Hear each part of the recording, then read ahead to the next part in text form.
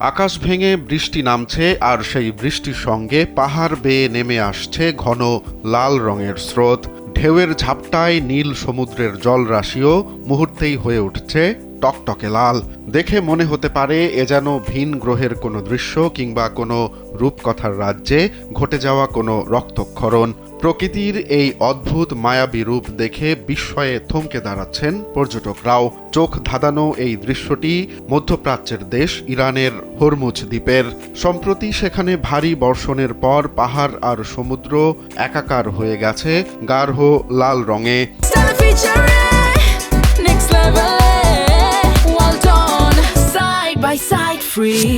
স্থানীয়ভাবে এই রহস্যময় প্রাকৃতিক ঘটনাটি কিলাক নামে পরিচিত।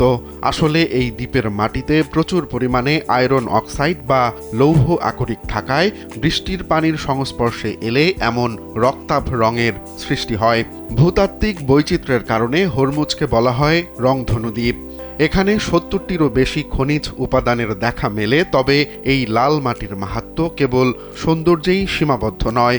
স্থানীয় বাসিন্দারা এই মাটি ব্যবহার করে চমৎকার সব খাবার তৈরি করেন, যা বিশেষ মশলা হিসেবেও ব্যবহৃত হয়। এছাড়া ডাইং এবং সিরামিক শিল্পেও এই প্রাকৃতিক রঙের ব্যাপক চাহিদা রয়েছে। সারা বছরই এই লাল আভা দেখা গেলেও বৃষ্টির সময় তা এক অনন্য ও নাটকীয় রূপ ধারণ করে।